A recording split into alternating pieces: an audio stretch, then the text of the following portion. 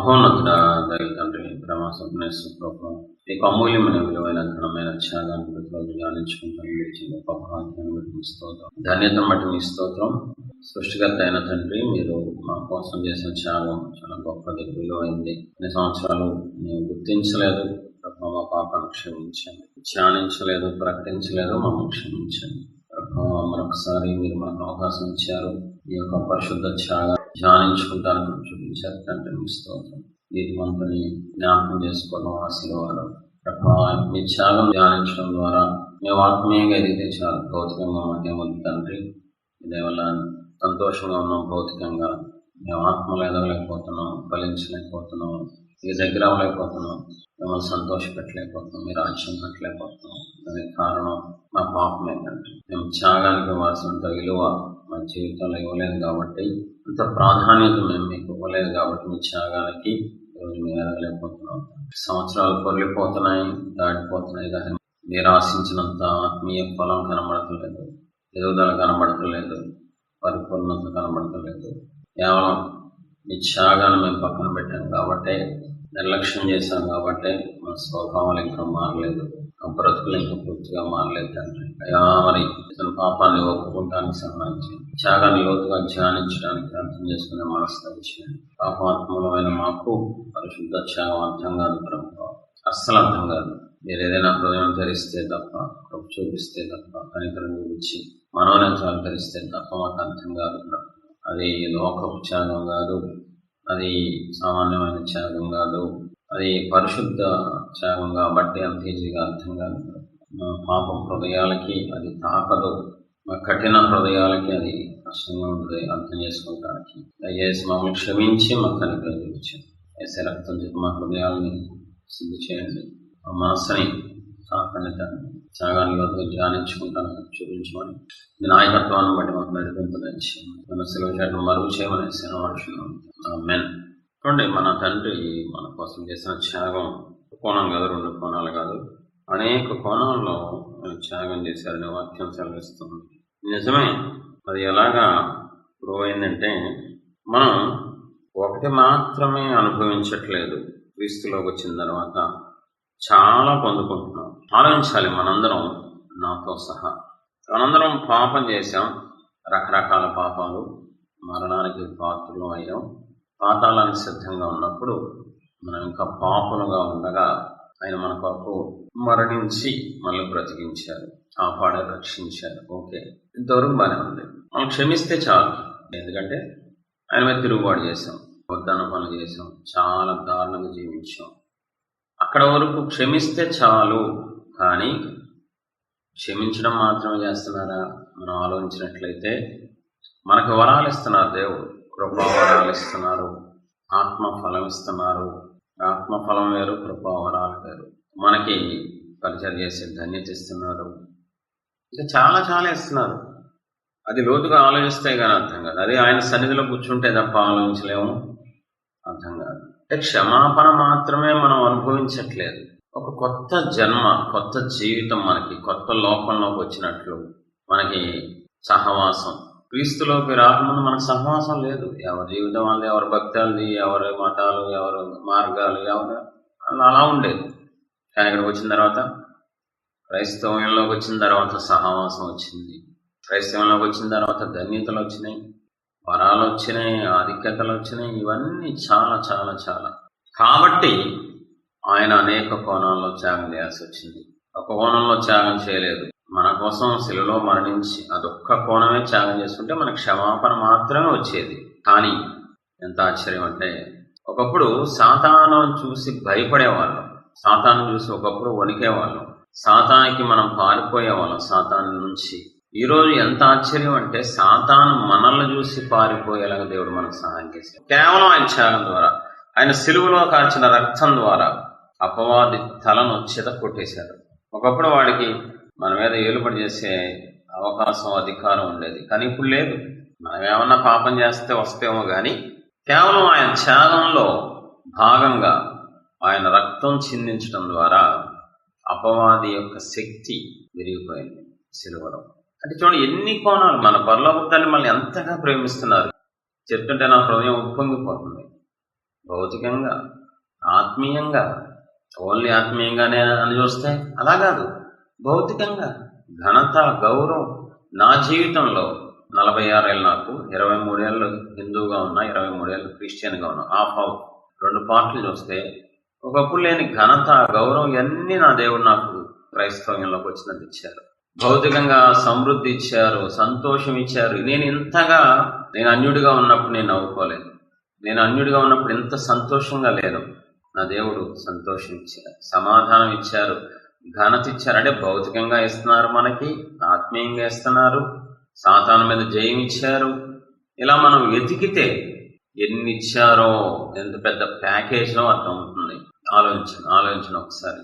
ఇవన్నీ ఒక ఎత్తు అయితే మళ్ళీ ఏమంటున్నారు, భూమి మీద మాత్రమే కాదు, మరలా నీకు పరలోకంలో స్థానం ఇస్తానంటున్నారు. కేవలం ఆయన రక్తం ద్వారా, ఆయన త్యాగం ద్వారా. మూలం మర్చిపోకూడదు, మెయిన్ మర్చిపోకూడదు. మళ్ళీ ఆయన త్యాగం ద్వారా నేను నిన్ను పరలోకం తీసుకెళ్ళను. నరకానికి వెళ్ళాల్సిన మనం, పాతాళానికి మాత్రమే పాత్రులమైన మనం, దేవుడు మన దిశ మార్చేసి పరలోకంలో స్థానం అంటున్నారు, పరలోకంలో నివాసం అంటున్నారు, పరలోకంలో కిరీటాలంటున్నారు, సింహాసనం మీద కూర్చోబెట్టుకుంటానంటున్నారు పక్కన. మళ్ళీ ఏంటండి, భూలోకం వరకు మనకి ఏదైనా మేలు చేస్తే చాలు కదా. ఆయన త్యాగం చేసి భూలోకం వరకు ఏదైనా ఒక సహాయం చేస్తే చాలు. కానీ ఆయన ప్రేమ అనంతం కాబట్టి, అవధులు లేని ప్రేమ కాబట్టి, మళ్ళీ భూలోకం మాత్రమే కాదు, పరలోకంలో కూడా నీ కోసం నేను అన్ని ఇస్తానంట. ఇది నా ఊహకందిని మాత్రమే, ఇంకా ఎన్ని ఉంటాయో మనం ధ్యానించే కొద్దీ అర్థమవుతూ ఉంటుంది దేవుని ప్రేమ, దేవుని త్యాగం. పేతురు, దోనె లోతుగా నడిపించు, విస్తారమైన చేపలు పడతాయి. పైపైన నడిపిస్తే నీకు రావు చేపలు. మనం ఆత్మీయంగా అర్థం చేసుకుంటే, మన ఆత్మీయ దోనె లోతుగా వెళ్ళినప్పుడే దేవుని యొక్క గొప్పతనం, దేవుని ప్రేమ, దేవుని త్యాగం, దేవుని మంచితనం ఇవన్నీ మనకు అర్థమవుతాయండి. పైపైన ఉండగా ఎవరు దేవుణ్ణి ఎక్కువ అర్థం చేసుకోలేరు. కాబట్టి ఖచ్చితంగా లోకంలో లోతుగా వెళ్ళటం మానేసి, పాపంలో లోతుగా వెళ్ళటం మానేసి, తప్పుడు పనులు చేయడం మానేసి, మనం దేవుళ్ళో లోతుగా వెళ్ళగలిగితే, దేవుడి దగ్గరికి వెళ్ళి, ప్రభా నాకు అర్థం కావట్లేదు ప్రభా, ఎదగాలనుంది ప్రభా, ఎదగలేకపోతున్నాను ప్రభా, ఫలించలేకపోతున్నాను ప్రభా, నువ్వు ఆశతో. చూడండి, బైబిల్ చెప్తుంది, ఆశపడిన హృదయాన్ని మాత్రమే ఆయన తృప్తిపరుస్తారంట, మిగతా వాళ్ళని తృప్తిపరచరంట. ఆయన అడిగిన వారికి మాత్రమే ఆయన దయచేస్తారంట. భౌతికంగా అడుగుతున్నావా, ఇస్తారు. తండ్రి కాబట్టి నీకు అన్నీ ఇస్తారు. నువ్వు ఆత్మీయంగా అడిగితే ఆత్మీయంగా ఇస్తారు. ఆయన వెతికితేనే దొరుకుతారు. ఆయన వెతకాలి, ఆశపడాలి, ఎదగాలని, ఫలించాలని, నేర్చుకోవాలని ఆ తపన మనలో ఉంటేనే మనం ఆయనకి దగ్గర అవ్వగలం. ఆయన మనకు చెయ్యందిస్తారు, మనం ఎదగలం. దయచేసి మనం ఆత్మీయులం, మనం అన్యులం కాదు, దేవుని పిల్లలం. మనకి ఇక్కడ కాదు, పరలోకం ఉంది, మనకి నిత్య జీవం ఉంది. భౌతికంగా, లోకపరంగా లోకస్తులు ఆలోచించినట్టు ఈ 3-4 ముచ్చట కోసం ఆలోచించమాకండి. ఏం తిందుమా, ఏం త్రాగుదామా, ఏం ఇల్లు కట్టుకుందామా, ఇవన్నీ దేవుడు ఇస్తారు. నువ్వు చేయాల్సింది చేస్తే అన్నీ ఇస్తారు ఆయన. కాబట్టి ఆత్మీయంగా ఆలోచిస్తే ఆనందంగా ఉంటుంది. యేసు ప్రభు వారు మన కొరకు అపహాస్యం భరిస్తేనే మనకింత గొప్ప రక్షణ భాగ్యం, ధన్యత వచ్చింది. ఎవరి కోసం ఏం చేశారు, చాలా ప్రాముఖ్యమైన విషయం ఇది. ఎవరి కోసం ఏం చేశారు. అపహాస్యం చేస్తారని దేవుడు ముందుగానే చెప్పేశారు తన శిష్యులతో. నన్ను అపహాస్యం చేసి, అవమానించి నన్ను సిలువకి అప్పగిస్తారు. తెలుసు ఆయనకి అపహాస్యం చేస్తారని. తెలిసి ఇష్టపడి ప్రేమతో మనల్ని రక్షించుకోవటానికి ఆయన రావటం జరిగింది. కొన్ని సందర్భాలు చూద్దాం. అపహాస్యం అసలు ఎవరు చేశారు, ఎలా చేశారు, ఎలాంటి పరిస్థితుల్లో చేశారు, ఏంటి అన్నది కొంచెం వాక్యపు వెలుగులో చూద్దాం. మత్తయి సువార్త 27-29 చూద్దాం. ముళ్ళ కిరీటంను ఆయన తలకు పెట్టి, ఒక రెల్లు ఆయన కుడి చేతిలో నుంచి, ఆయన ఎదుట మోకాలు యూదుల రాజా నీకు శుభమని ఆయనను అపహసించి. చూడండి, చాలా జాగ్రత్తగా అర్థం చేసుకోవాలి. ముళ్ళ కిరీటమును అల్లి ఆయన తలకు పెట్టి, ఒక రెల్లు ఆయన కుడి చేతిలో ఉంచి ఆయన ఎదుట మోకాళ్ళుని, యూదుల రాజా నీకు శుభమని ఆయనను అపహసించి. సందర్భంలోకి వెళ్ళాలి. మనం సహజంగా దేవుని దగ్గరికి వెళ్ళి, ప్రభువా నా బాధ అర్థం చేసుకోండి, ప్రభువా మీరు తప్ప నాకు ఎవరున్నారయ్యా, మీరే కదా ప్రభువా నాకు సమస్తం, నా బాధ దారుణంగా ఉంది, తట్టుకోలేకపోతున్నాను ప్రభువా. కామన్గా ప్రతి ఒక్కరు ప్రపంచవ్యాప్తంగా ఇలాగే అడుగుతారు. కాగా అడిగారు ఎప్పుడన్నా? లెక్కలేని సార్. ఇప్పుడు దేవుడు కూడా అంటారు, మరి నా బాధ అర్థం చేసుకుంటారా, మీరు నా పిల్లలు కదా, నా వైపు రండి, నా వైపు వచ్చి ఆలోచించండి, అప్పుడే అర్థమవుతుంది. ఇప్పుడు ముళ్ళ కిరీటం పెట్టి రెల్లిచ్చి అపహసిస్తున్నారంట. అపహసించడం అంటే సార్ అవమానానికి మించింది. గట్టిగా గొల్లుమని నవ్వుతున్నా, అరే యూదుల రాజు అంటారా. మనం మన జీవితంలోకి రావాలి. మన ఇంట్లో మొదలు పెడతాం. చిన్నప్పుడు తోడబుట్టిన వాళ్ళు ఉండగా అమ్మగాని నాన్నగాని తిడుతుంటే పక్కన ఉన్న చెల్లి కానీ అన్నయ్య కానీ తమ్ముడు కానీ నవ్వుతుంటే రగిలిపోతా ఉంటుంది. మనల్ని మన తల్లి కానీ మన తండ్రి కానీ జన్మనిచ్చిన వాళ్ళు తిడుతున్నప్పుడు పక్కన మన తోడబుట్టిన వాళ్ళే బయట వాళ్ళు కాదు, నవ్వితే కోపం వచ్చి నవ్వుతామంటే. ఇంకోటి, మనం ఏదైనా కింద పడినప్పుడు, మనకేదైనా జరిగినప్పుడు ఎవరిని వచ్చినా బా జరిగిందా నీకు. ఇప్పుడు సన్నివేశం ఏంటి? తలకి ముళ్ళ కిరీటం. అదేమి రాజు కిరీటం కాదు, ముళ్ళ కిరీటం. రక్తం కారుతూ ఉంటది. చాలా దారుణమైన సన్నివేశం. అక్కడ జాలి చూపించాల్సిన సందర్భం అది. కానీ అనేక మంది ఉన్నారు అక్కడ, చాలా మంది ఉన్నారు, ఒకళ్ళిద్దరు కాదు, అక్కడ చాలా మంది ఉండగా ఒక పక్క రక్తం కారుతూ ఉంటే తలలోంచి ఇంకో పక్క నవ్వుతున్నారు. అక్కడికి వెళ్ళాలి, మనం సన్నివేశంలోకి వెళ్ళాలి. మనం అంటాం పాపాత్ములైన మనకే రోషం, కోపం, బాధ. అరే ఆడు ఆ రోజు నాకు గుర్తుందిరా, నేను ఎప్పటికీ మర్చిపోలేను, ఆడు నన్ను ఇలా చూస్తున్నాడు, నవ్వుతున్నాడు రా నన్ను తిడతంటే. అరే నా ఉద్యోగం పోతే ఆడు నవ్వాడురా, ఎగతాళి, నేను అప్పటికి అరే చచ్చిపోయేదాకా మర్చిపోనరా. మనల్ని ఎవరైనా అపహసిస్తే మనం భరించలేము, మనల్ని ఎవరైనా అవమానిస్తే తట్టుకోలేము మనం. ఎందుకంటే ప్రతి ఒక్కరికి సెల్ఫ్ అనేది ఉంటుంది. ఇప్పుడు ఆయన తల మీద ముళ్ళ కిరీటం పెట్టి, ఒక మాటలో చెప్పాలంటే ఆయన ఏడుస్తుంటే నవ్వుతున్నారు. ఇక్కడ ఒక మాటలో చెప్పాలంటే ఆయన ఏడుస్తుంటే వీళ్ళు నవ్వి పండగ చేసుకుంటున్నారు, అపహాస్యం చేస్తున్నారంట. గట్టిగా గొల్లు అని ఒక రూమ్ ఊహించుకోండి ఒకసారి, ఒక 100 మందిని ఊహించుకోండి.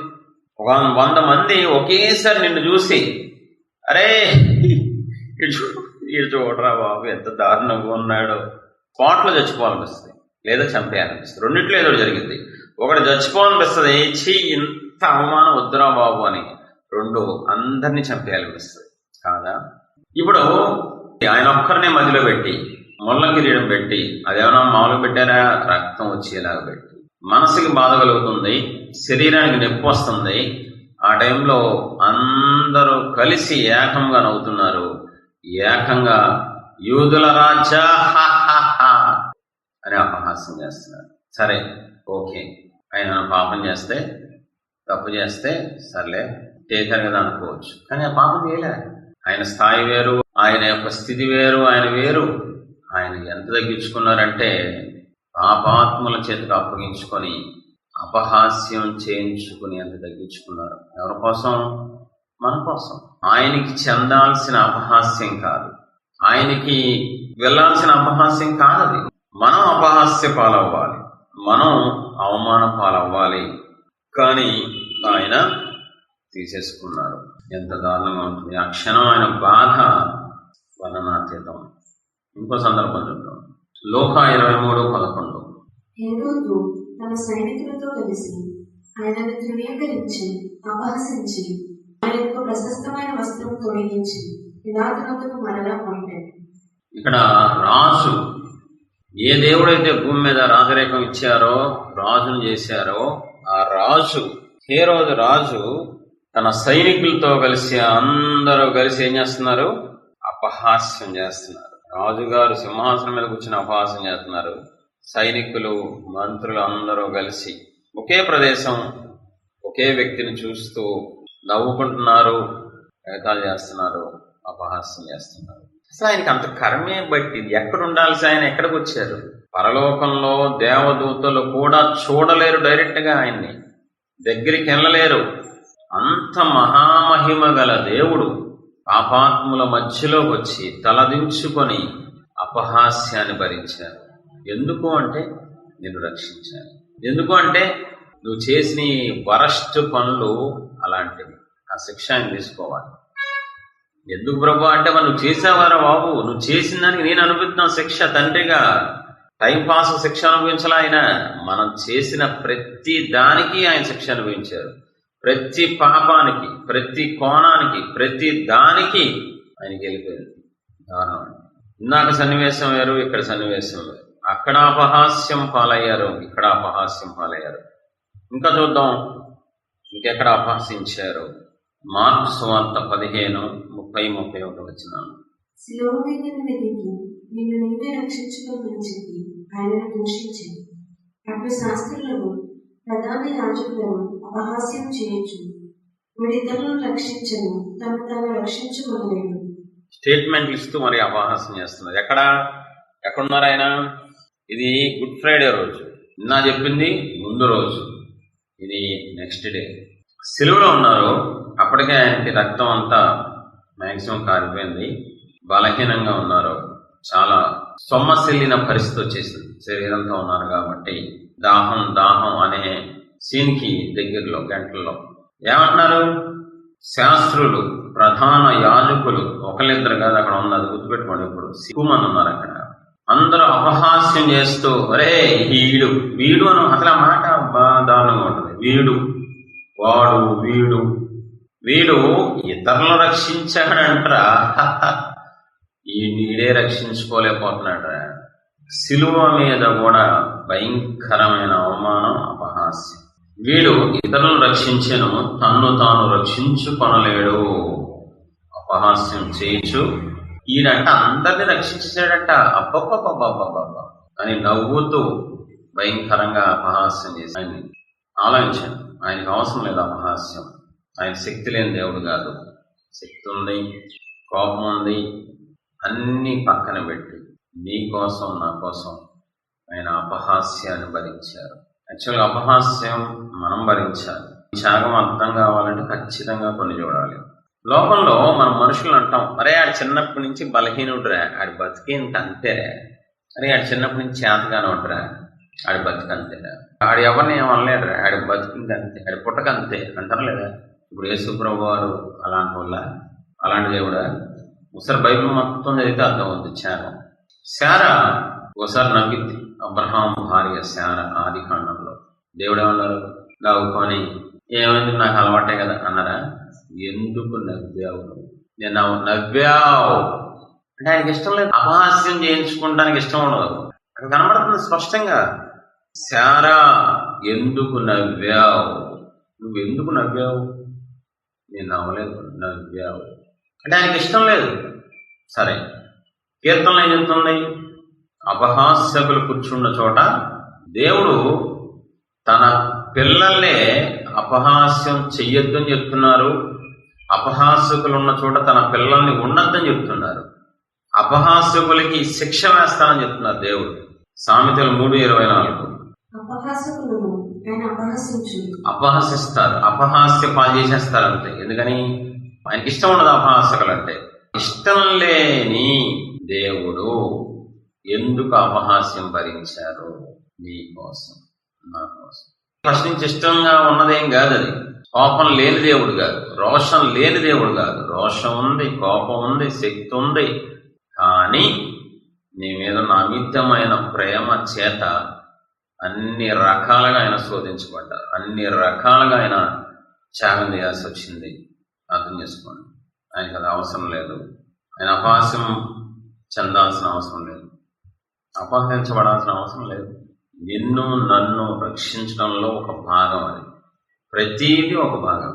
ఉమ్ములేంచుకున్న, దెబ్బలు తిన్న, సిలువ మోసిన ప్రతి దానికి ఒక అర్థం ఉంది. అది మన కోసమే. కాబట్టి ఆలోచించి ఆయన చూడండి. ఒకసారి కళ్ళు మూసుకొని, నీకేం కర్మ పట్టింది ప్రభు, నీకు అవసరం అవుతుంది. సింహాసనం మీద ఉండాల్సిన దేవుడు భూలోకానికి రావాల్సిన అవసరం ఏముంది? మానవునిగా ఉండాల్సిన అవసరం ఏముంది? నన్ను రక్షించడం కోసం ఎంత త్యాగం, ఎన్ని కోణాల్లో. అది అందరూ మిమ్మల్ని చూసి నవ్వడం ఏంటి ప్రభువా? అందరూ చూసి ఎగతాళి చేయడం ఏంటి? అందరూ అపహాస్యం గట్టిగా నవ్వుకోవడం ఏంటి? మీరు ఒక పక్క బాధపడుతున్నారు, ఒక పక్క రక్తం చిందిస్తున్నారు, ఒక పక్క అవమానాలతో, ఒక పక్క మీరు బాధలో ఉన్నారు, మానసికంగా శారీరకంగా నలపట్టబడుతున్నారు సిలువలో. ఆ టైంలో కింద నుంచి నవ్వుతున్నారు. వాళ్ళు ఎలా భరించారు, ఎలా ఓర్చుకున్నారు, అసలు ఎందుకు భరించారు? అసలు ఇదేం ప్రేమ? ఇదేమి ప్రేమ? ఉంటే డబ్బు ఇస్తారు, బంగారం ఇస్తారు, ఆస్తుపాస్తులు ఇస్తారు, వరాలు ఇస్తారు, కానీ ఇంత త్యాగం చేయటం ఏంటి? నాకు రావాల్సిన శిక్ష మీరు తీసుకోవడం ఏంటి? అసలు ఆ ఊహకు అందట్లేదు ప్రభు. ఇది నాకు అందట్లేదు, నేను వర్ణించలేకపోతున్నాను. ప్రేమ లేనోండి కాబట్టి నాకు అందట్లేదు త్యాగం. కషాయండి కాబట్టి నాకు అర్థం కావట్లా. కఠినాత్ముడి కాబట్టి నా హృదయం కరగట్లేదు తండ్రి. ఈ త్యాగాన్ని విన్న తర్వాత ఎవరైనా కరిగిపోతారు, ఇంకా నేను కరగట్లేదు అంటే కఠినాత్ముడి ప్రభు, కషాయుడి తండ్రి. చెల్లుమని కొట్టింది ఒకరు, ఘనము పైన మూసింది మరి ఒకరు. చెల్లుమని కొట్టింది ఒకరు, ఘనము పైన మూసింది మరి ఒకరు. గొంతులాడినారు, బాధలను పెట్టినారు, గొంతులాడినారు, బాధలను పెట్టినారు. నోరు తెరువలేదా ఏ ప్రేమ, బదులు పలుకలేదా ఏ ప్రేమ. నోరు తెరువలేదా ఏ ప్రేమ, బదులు పలుకలేదా ఏ ప్రేమ. ఇది ఎవరి కోసమో, ఈ జగతి కోసమే, అది నా కోసమే. ఈ జగతి కోసమే, అది నా కోసమే. సిలువలో సాగింది యాత్ర, కరుణామయుని దయగల పాత్ర. పరలోకంలో చక్కగా సింహాసనం మీద ఉండాల్సిన మీరు ఎందుకయ్యా భూమి మీదకి వచ్చారు? అపహాస్యానికి మీ స్థాయి ఏంటి? మీ యొక్క స్థితి ఏంటి? మీరు ఎక్కడికి వెళ్ళిపోయారు? ఎక్కడికి దిగజారిపోయారు తండ్రి? ఎంత స్వరూపం ఇస్తే మాత్రం, ఎంతగా నన్ను కంటే మాత్రం అంత తగ్గించుకుంటారు, అంత దిగజారిపోతారు. రక్తం కారుతున్నా అపహాస్యం చేసి పాపాత్మలు అప్పగించుకున్నారా? దాహం అని అరుస్తున్నప్పుడు కూడా నవ్వే వాళ్ళగా మీరు అప్పగించుకున్నారు. నా రక్షణ మీకు అంత అవసరమా తండ్రి? నన్ను రక్షించడమే ఒక ధ్యేయంగా పెట్టుకున్నారా? మీ త్యాగాన్ని ఎప్పుడు గుర్తించలేదయ్యా, ఏనాడు గుర్తించలేదు నా జీవితంలో. మీ త్యాగానికి పెద్ద పెట్టేయలేదు తండ్రి. మీ త్యాగాన్ని బట్టి స్తుతించని కఠినాత్ముడు అయ్యలేదు, కషాయుడిని తండ్రి. నాలాంటి మీ సన్నిధిలో ఉండకూడదు, మీ ప్రజల మధ్యలో నాలాంటి చీడ పురుగు ఉండకూడదు తండ్రి. ప్రేమ లేనోడిని, కషాయుడిని ప్రభు, కఠినాత్ముడిని తండ్రి.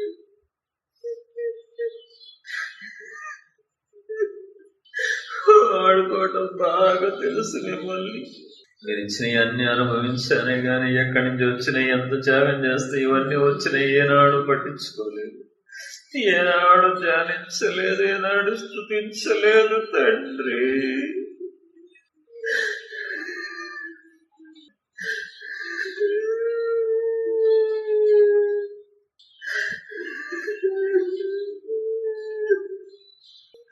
అయ్యా ఎంత కఠినాత్ముడిని ఏంటయ్యా, ఎంత కషాయం ఏంటి తండ్రి. నేను కఠినాత్ముడి కోసం మరణించారా, కసాయుడి కోసం దండించారు. నా చెలిమి కోరి మీ కలిమి వీడి నా చెంత చేరారు శ్రీమంతుడా. నా రక్షణ కొరకై ఆ శిక్షను పొంది బలియాగమైన నిజ స్నేహితుడా.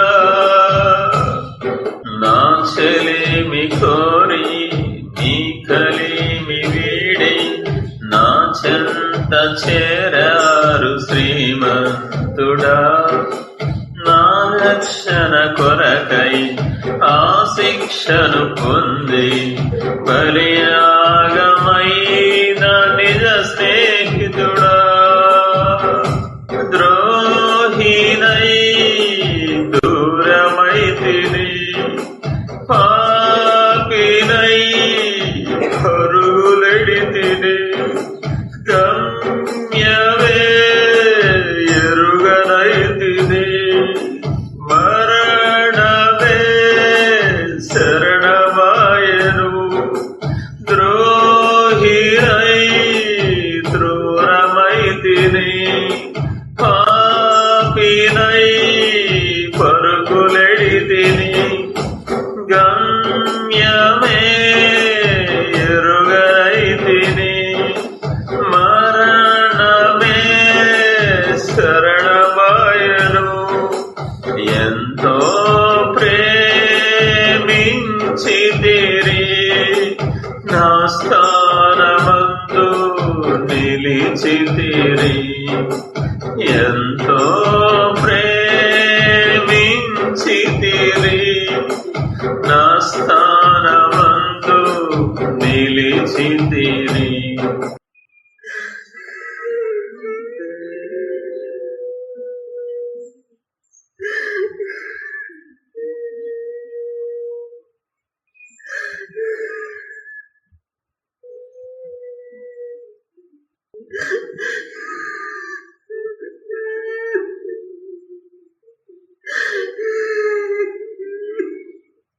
పాపాన్ని చాలా చిన్నగా చూశాను తండ్రి, చాలా చులకనగా. ఆయే ఉందిన పాపమే కదా, నా పాపమే మిమ్మల్ని సిలువెక్కించింది. నా పాపమే మిమ్మల్ని సింహాసనం మీద నుంచి సిలువ మీద తీసుకొచ్చేసింది తండ్రి. కేవలం నా పాపమే తండ్రి మిమ్మల్ని సిలువెక్కించింది. నా పాపమే నా తండ్రిని సిలువెక్కించింది.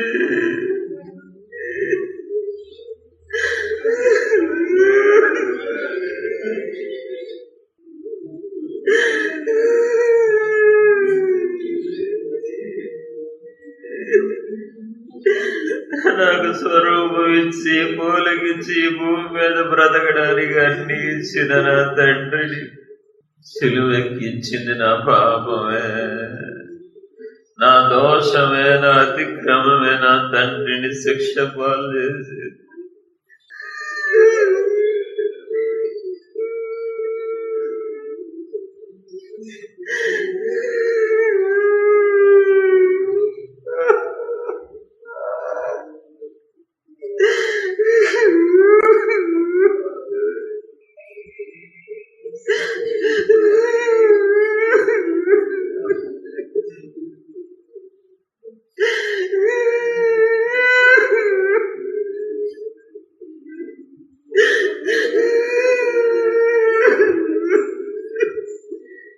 దేవుడు పిలిచారు, నేను వచ్చేసాను, నాకు అది ఇచ్చారు ఇది ఇచ్చారని ఏదో చెప్పారు. కానీ మీరు నన్ను పిలవడానికి ముందు చనిపోవాలని అంత త్యాగం చేశారని ఎప్పుడు గుర్తించలేదయ్యా. మీరు పిలిచిన తర్వాత నా బ్రతుకు మారిపోయింది, నాకు విలువ వచ్చింది. ఏదేదో చెప్పారు కానీ ప్రభు మీరు నన్ను పిలవడానికి ముందు సిలువెక్కారని చెప్పలేదు తండ్రి.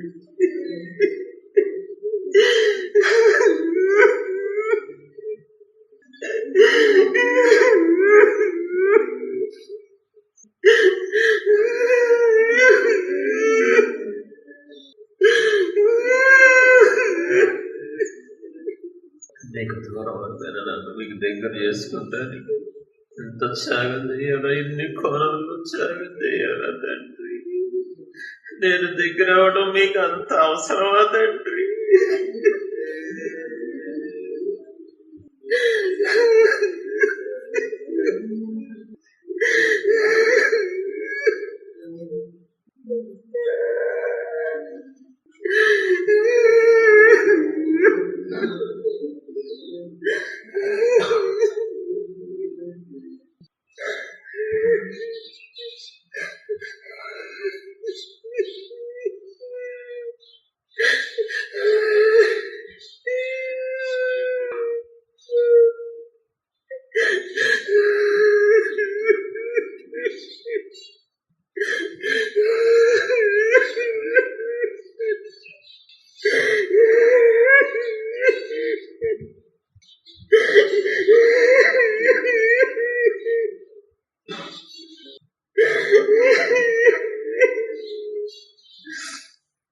ఊరికే వచ్చేస్తున్నాను బ్రహ్మ రక్షణ. దేవుడు నన్ను పిలిచారు, నాకు ఇంత భాగ్యం వచ్చేసింది, ధన్యత వచ్చేసిందని శాపగ్రస్తుండి తండ్రి. చెడిపోయిన స్వభావాలతో ఉన్నాండి తండ్రి, హృదయాన్ని పాడు చేసుకున్నాండి తండ్రి.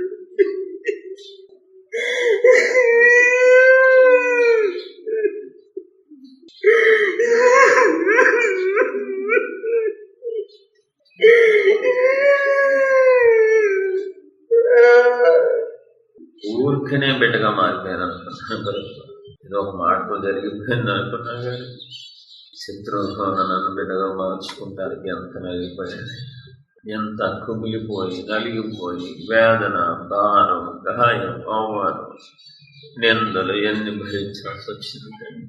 ఈనాడు గుర్తించలేదు నా పాపాన్ని ఒప్పుకున్నాను, నేను దరిద్రుడిని ఒప్పుకుంటున్నాను, నేను చెడిపోయానని నా మనస్సాక్షి చచ్చిపోయింది నేను ఒప్పుకుంటున్నాను.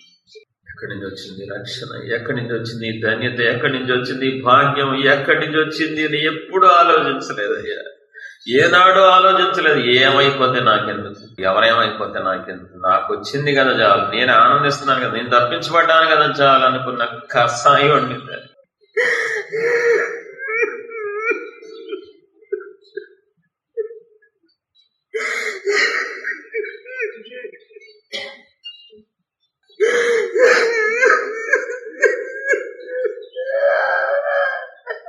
నా కష్టాన్ని ఎవరైనా గుర్తించకపోతే కోపం రగిలిపోతుంది పరపాన, కానీ మీ కష్టాన్ని ఏనాడు గుర్తించలేదు అయ్యా.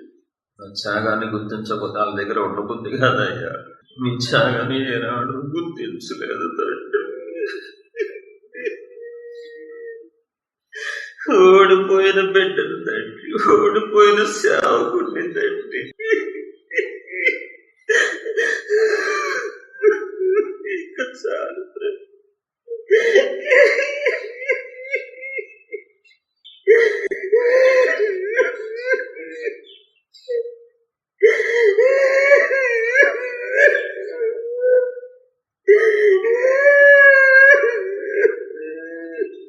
అయ్యో, నేను చాలా మోసం చేశాను, మేము చాలా దుఃఖం పెట్టాను, చాలా బాధ పెట్టాను, అలాంటి బాధపడుతుంది.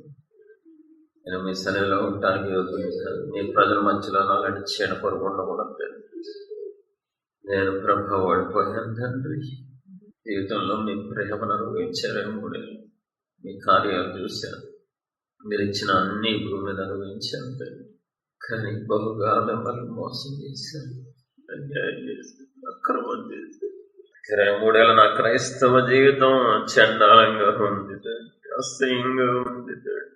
మిమ్మల్ని అవమానించేదిగా, సిలువేసేదిగా, హింసపాలు చేసేదిగా ఉంది. పశ్చాత్తాపడేలాగా సౌలును బట్టి మీరు పశ్చాత్తాపడినట్లు నన్ను చూసి పశ్చాత్తాపడేలాగా నా బ్రతుకుంది తండ్రి. కోరారు నాతో స్నేహాన్ని, చేశాను దేవా ద్రోహాన్ని. నా గురించి తెలిసి ఎవరి దగ్గర రావద్దండి, ఎవ్వరు దగ్గర రానవరు, అసలు స్నేహం కాదు కదా, దగ్గరికి ఇంటికి కూడా రానవరు తండ్రి.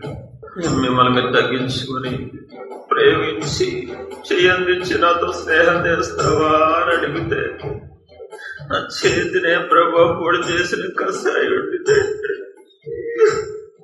కోరారు నాతో స్నేహాన్ని చేశారు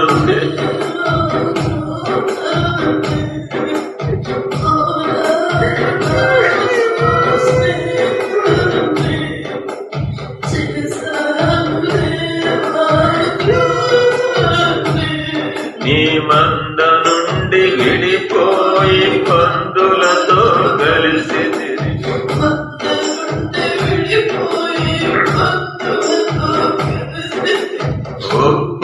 ఒప్పుకొంటినయ్యా నా కలుషమును బుద్ధి వచ్చెనయ్యా నా యేసయ్యా ఒక్కసారి మాట్లాడు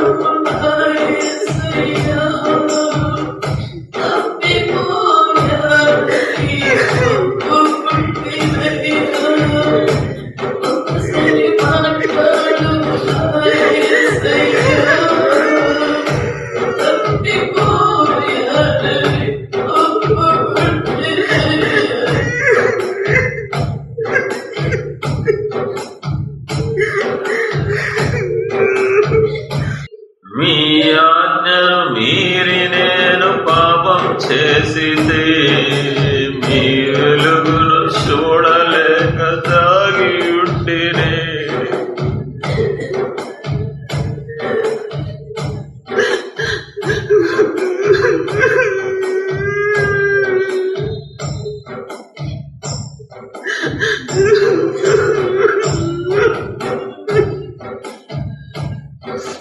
మీ ఆజ్ఞను మీరినే పాపం చేసిది మీ వెలుగును చూడలేక దాగి ఉంటిని తప్పు తెలిసి మీ పాదముల చేరితిని నా తప్పు తెలిసి మీ పాదముల చేరితిని క్షమించి మీ సన్నిధి నన్ను చేర్చుమయ్యా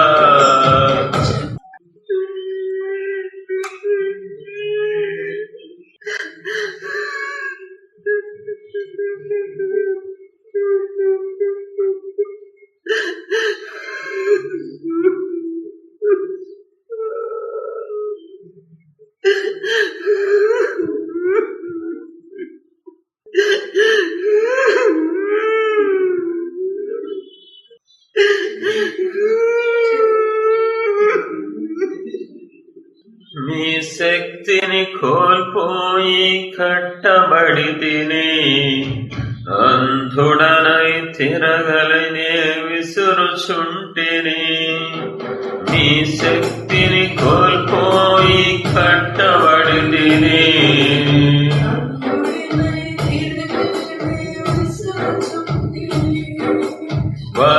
బలహీనుడనై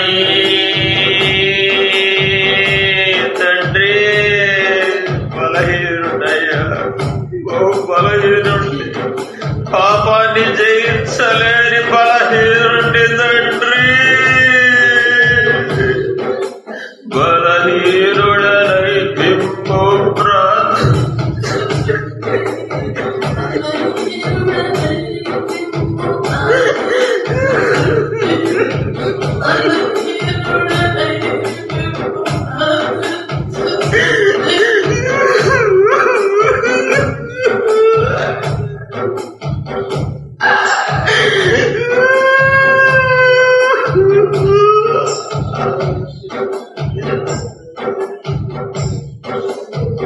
బలహీనుడనై మిమ్ము ప్రార్థించుచుంటిని బలహీనుడనై మిమ్ము ప్రార్థించుచుంటిని కోల్పోయిన మీ శక్తిని దయచేయుమా కోల్పోయిన మీ శక్తిని దయచేయుమా ఒకసారి మాట్లాడు నా యేసయ్యా ప్రాణమైన విడువన నిము మరువనయ్యా ఒకసారి మాట్లాడు నా యేసయ్యా ప్రాణమైన విడుతునయ్యా నిము మరువనయ్యా ధూళిన ధూళినైన నన్ను విడిచిపోకయ్యా, దూరమైన నన్ను చేరదీయుము. ధూళినైన నన్ను విడిచిపోకయ్యా, దూరమైన నన్ను చేరదీయుము. సిలువ విలువ ఎరుగని శిలను నేనయ్యా, సిలువ విలువ ఎరుగని శిలను నేనయ్యా, సిలువ విలువ ఎరుగని శిలను నేనయ్యా, సిలువ విలువ ఎరుగని శిలను నేనయ్యా. నిజంగా శిలువ విలువ తెలియదు. ఒప్పుకున్నా, సంఘం ఎదుట అందరి ఎదుట ఒప్పుకుంటున్నా, అసలు నేను క్రైస్తవుని కాదు, సేవకుని కాదు, చీడ పురుగును తండ్రి. శిలువ విలువ నాకు తెలియదు తండ్రి. తెలిస్తే జీవితంలో పాపం చేసి ఉండేవాడిని కాదు, మిమ్మల్ని బాధ పెట్టి తలదించుకునేలా చేసేవాడిని కాదు తండ్రి. నాకు అసలు శిలువ విలువ తెలియదు తండ్రి. ఎందుకంటే త్యాగం చేసింది నేను కాదు కదా, కష్టపడింది నేను కాదు కదా, అవమానాలు దెబ్బలు తింది నేను కాదు, కాబట్టి నాకు ఆ విలువే తెలియదు తండ్రి.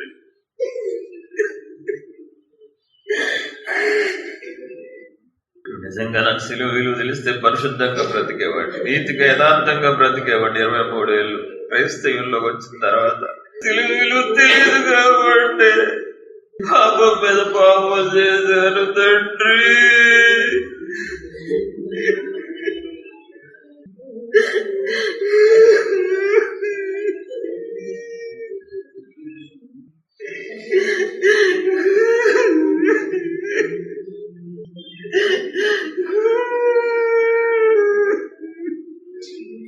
ఎప్పటికైనా ప్రభా శిలువ విలువ తెలుసుకోవాలని, శిలువ త్యాగం గురించి గొప్పగా తెలుసుకొని మారాలనుంది, మార్చుకోవాలనుంది. పాపాన్ని విడిచిపెట్టి పరిశుద్ధంగా బ్రతకాలి, నీతిగా బ్రతకాలి, యథార్థంగా బ్రతకాలి. నా తండ్రి శభాష చెప్పాలి తండ్రి.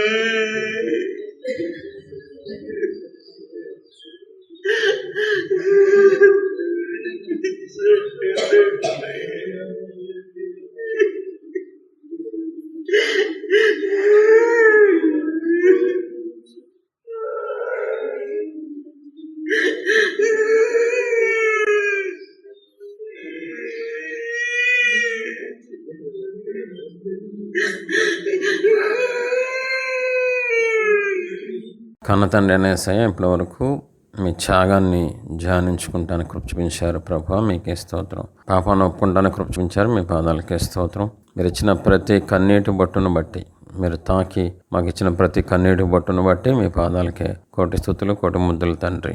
సమస్త మహిమ మీ పాదాలకే చెల్లిస్తున్నాం తండ్రి. ఆమేన్.